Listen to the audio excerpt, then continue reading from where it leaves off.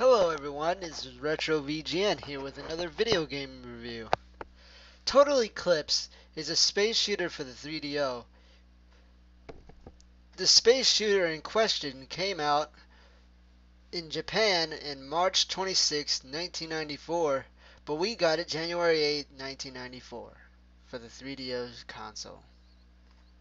It was later ported to the PlayStation 1 under the title of Total Eclipse Turbo. The game we are reviewing today is Total Eclipse Turbo. It is a space shooter in which your ship has to defeat the Draxi, who are attacking Earth aggressively by using a powerful weapon known as the Sun Dagger to destroy the Sun. This is not a game you fuck around with. This is a serious game. This isn't your average Gradius.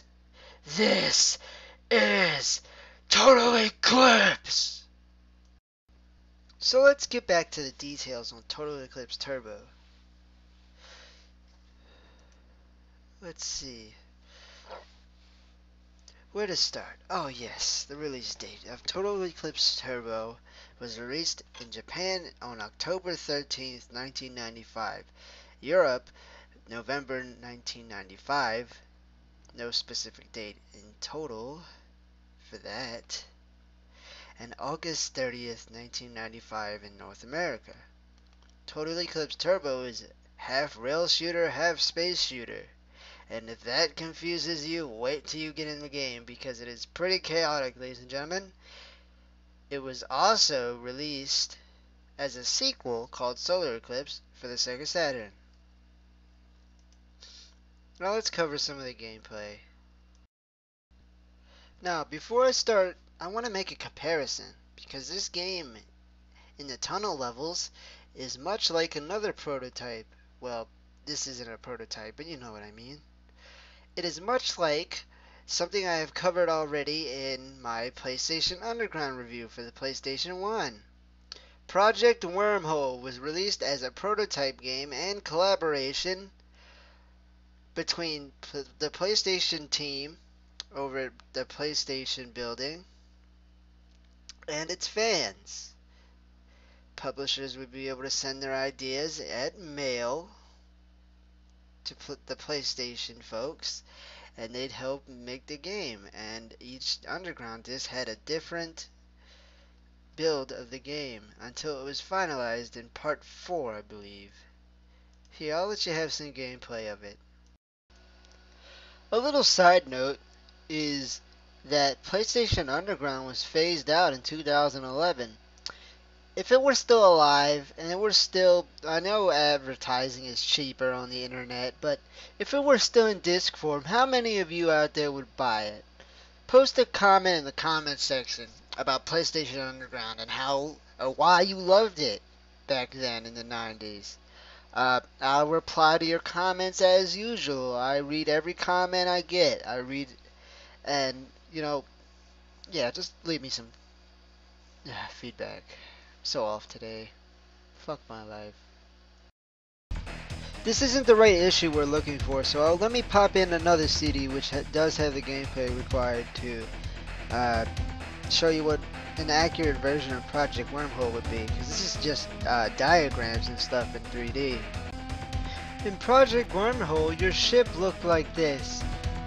One of the issues allowed you to see how it was made up and how many polygons. Also, the spikes were included.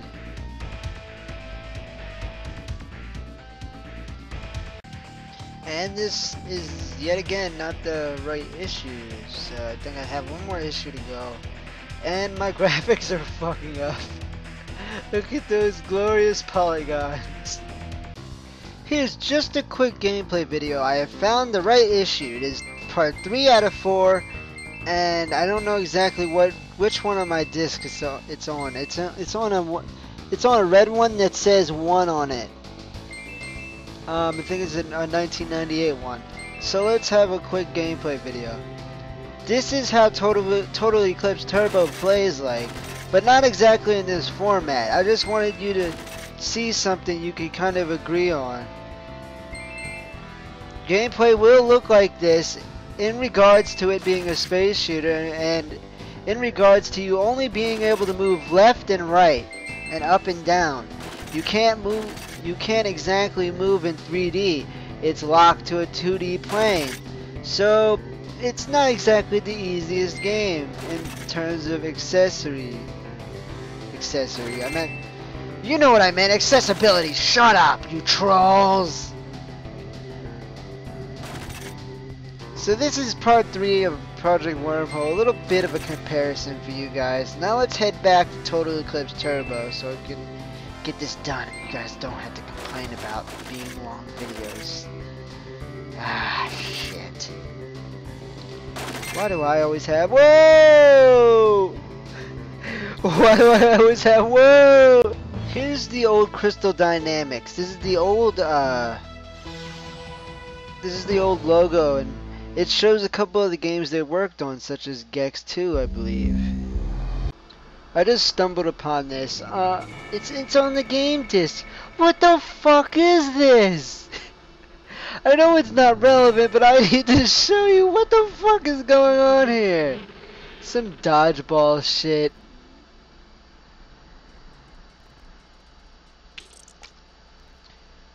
What in the fuck? Dude, stop picking your nose. Play ball! Damn.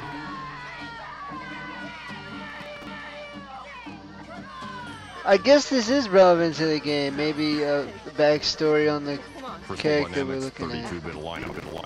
Oh, it's a commercial. Nose bleeding, brain bruising, that eye-grabbing power that you'd expect from the leader. Third generation. What the fuck? In your face. In your face. Oh, it's a commercial for the other games. Okay. Well, good product placement, I guess, on the same disc. They didn't do this for every one of their games. Hey, look, there's the sequel on the Sega Saturn. Look at that gameplay. It looks way better than what we're reviewing today. I mean, it's not that bad either, though. Here's what we're looking for. You can customize the controls and everything, but like one gripe I have with the game is look at that. It looks like Toy Story 2. This is the main gameplay. It's an inverted game. See what I mean by 2D playing, guys? I mean, sure, you can even increase your ship's speed and all. So fire away and try not to get hit. Your mission is to destroy the silos, but really all you have to do is get through the level, I believe. Gameplay can be quite tedious in the fact that your restrictions are a 2D plane. You can either slow down or go faster using the square and circle buttons. And there's power-ups you can get.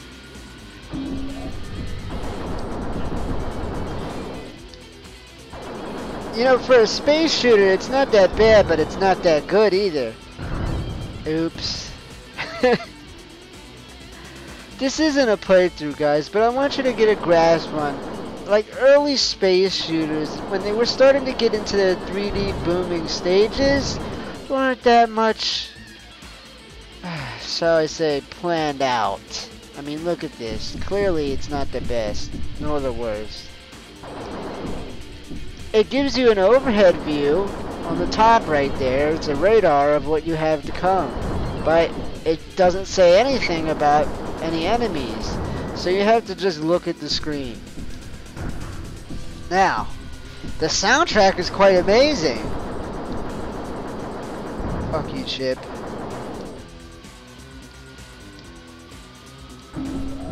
Let me just stop shooting so you can hear the soundtrack. Oops. And if you die, it doesn't start over like Nintendo games. So already I'm giving it a 3 out of 5. Let's see if it improves. Ow. Where did you learn to fly? It actually does kind of look like that game.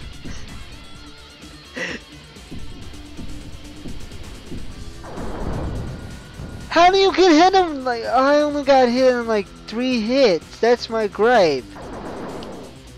I think your shield goes down over time unless you destroy things. Yeah, look at that health bar go back up. Health or fuel.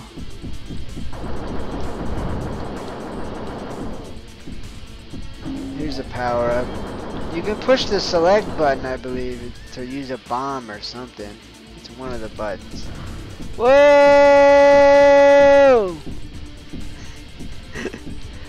Let me use the bomb, asshole! Oh. Okay, that's good bomb physics right there. Kabooey! Let's go to the tunnel section. Swoosh! These sections are pretty hard, guys, so you need to memorize what's in front of you and be able to use the L1 button, I believe. It is... Oh, you can't rotate in these kind of levels, so just look in front of you and see what's up. There will be things still shooting at you. Don't think this is going to be a cakewalk. Just keep destroying things and going through these little turbo vents. I don't know exactly what they're called. I call them turbo vents! Note to self! Never fly a ship again! I am playing this on the emulator. I would be playing this on my PlayStation 2, but I'd have to record it a different way.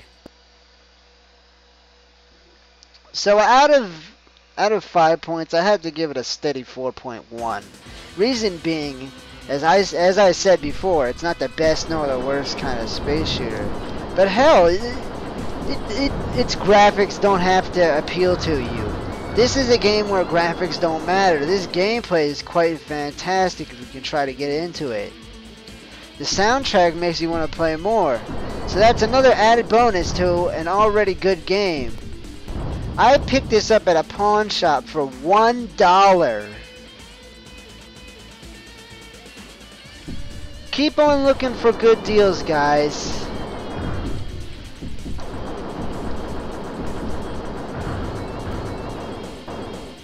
Fail. It's a little bit of lag there. Can't get a solid 60 frames. 60 frames per second. PC Master Race.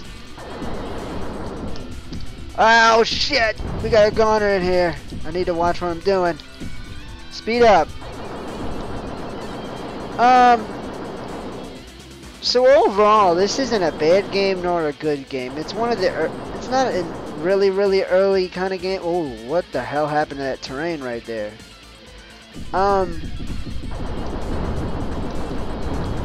It's one of an earlier race of space shooters, but it's a little more than just a space shooter, as you can see. You have 2 continues left. Okay. This is all for this review. My grounds on this is 4.1, guys. Like I said before, I gave you a question earlier in the video. Would you like to see more PlayStation Underground if it survived another decade? Post your comments in the comment section below and I'll read them all and reply to them. You guys know I'm dedicated to giving you solid content on here. This is RetroVGN reminding you to game smart. Until next review, 4.1 is the verdict. We'll pick it up if you want a good space shooter to get into. It was released on the 3DO, so graphics weren't anything on the 3DO. Anybody who's played that knows. Game smart, guys.